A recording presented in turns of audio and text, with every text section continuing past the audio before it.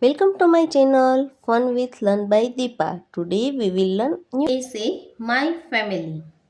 Ours is a small family of four: Daddy, Mummy, and my little sister, and I.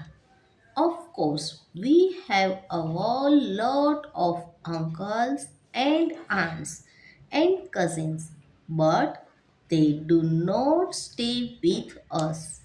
Mummy is sweet and loving. However, she is quite strict at home. Once, when I come home late from a friend's house, she kept me out of house for an hour.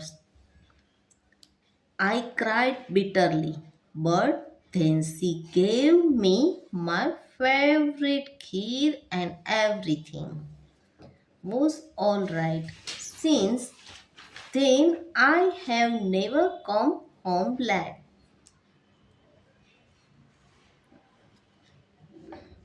Daddy is a doctor.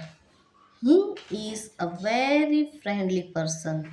My friends like him very much.